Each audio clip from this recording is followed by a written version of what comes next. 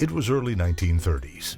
Miami was still a young city, and a surprising community was starting to spring up in the most unlikely of places, the middle of Biscayne Bay. It's called Stiltsville. At its height, there were 27 homes here. Today, only 7 structures remain, each with its own name, personality, and history. Here's the story of Stiltsville's struggle to survive against all odds, including man and nature.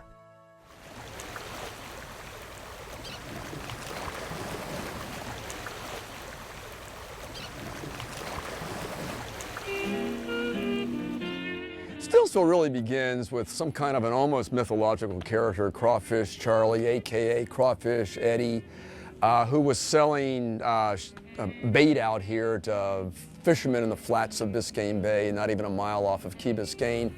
He set up shop on a beach vessel out here, and as time went on, he provided chowder for people to eat, and more and more people said, hey, it's not a bad idea to maybe come out here and build some kind of a presence. We have documentation taking it back to 1922, which is pretty early, and considering that the city is not very old in itself. In the 30s, you begin to see people coming out here, and they're sort of building on what had been a barge of some kind or a sunken vessel, some kind of a structure atop it.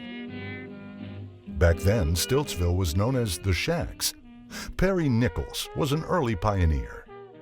Nichols is a very prominent attorney, and he set up, again, there was a barge out here, he set up a little structure, kind of a square structure on top of that. He was a sportsman. See, the Miami of yesteryear was Miami. And it was white, southern, today dead males. That's what Miami was all about. And these sports fishermen represented that group. It's 180 degrees away from the Miami of today. The old barge just had a house on one end of it and a large flat deck on the other end. And there were no railings or anything around it. And so it was up about 10 feet off the water. So to keep my younger brother from falling over the edge, who didn't know how to swim yet, and he was only probably, a year and a half, 2 years old, my dad went out there and drove a big nail right in the center of the deck and tied a rope to it and tied it around my brother's waist so he could just make it out to the edge of that barge, but he couldn't quite get to the edge and fall over. So the homes were somewhat simple. There was no refrigeration. Had a big one of the old-fashioned Coca-Cola ice chests that you would see at gas stations back in the 50s. And that you'd bring out blocks of 50-pound ice and stick in there, and that was keep things cool. They did have a gas range in there, and one of the great memories I grew up with was my mother out there making breakfast for us, bacon and eggs and the oven-done toast. Only gets cooked on one side, not both sides, with butter on it. It was terrific. And then a club of all things opens out here, the Calvert Club in 1938. And the Calvert Club was one of these mysterious places. What went on behind those doors? We don't know.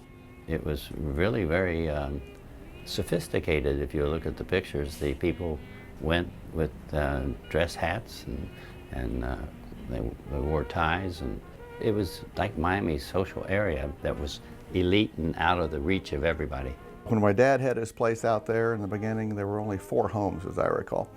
My dad's place, there was the old Quarterdeck Club that was out there. There was the Cape Florida Lodge, which originally was called the Provost Club, and then another privately owned place called the Weintraub House. Today, this is all that's left of the Cape Florida Lodge. And legend has it Mrs. Weintraub burned down their house in a fit of jealous rage. Her husband, as the story goes, would bring his mistress there. But no story can match the infamy of the Quarterdeck Club. The Quarterdeck Club, I think, really gave the place a lot of cachet. In 1940, Commodore, because he was Commodore of a yacht club, Ed Turner opened up the Quarterdeck Club. That's a more substantial club, I think, than the Calvert Club. It lasted until it went up in flames in 1961. And the Quarterdeck Club was another place where, what went on behind those closed doors? What kind of skullduggery? Obviously drinking, probably gambling. I don't know if prostitution went on, but it was really left to the imagination of people. And I think one of the things that really entered the imagination of people was a Life magazine story in the early 40s that included mention of the Quarterdeck Club.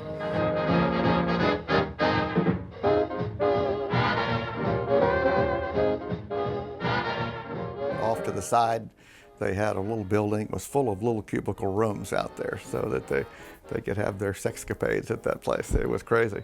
And I remember one time, it was in the middle of a night, and a boat was coming down one of the channels, a big boat. It had to be like an 85, 90-foot yacht. And it got stuck on one of the mud flats that was right across from our house. And they were trying to get to the quarterdeck club. All these wild people wanted to go partying on it. And so we took our little boat, would run across the flat, we'd pick 2 or 3 of them up and run them over to the quarterdeck club and run back, and they kept giving us like 20 bucks every time we'd run them back and forth. So we spent the night running people back and forth while they were grounded so they could go party at their old quarterdeck club. 20 bucks was like a fortune. Oh, it was a fortune then. I mean, it was great.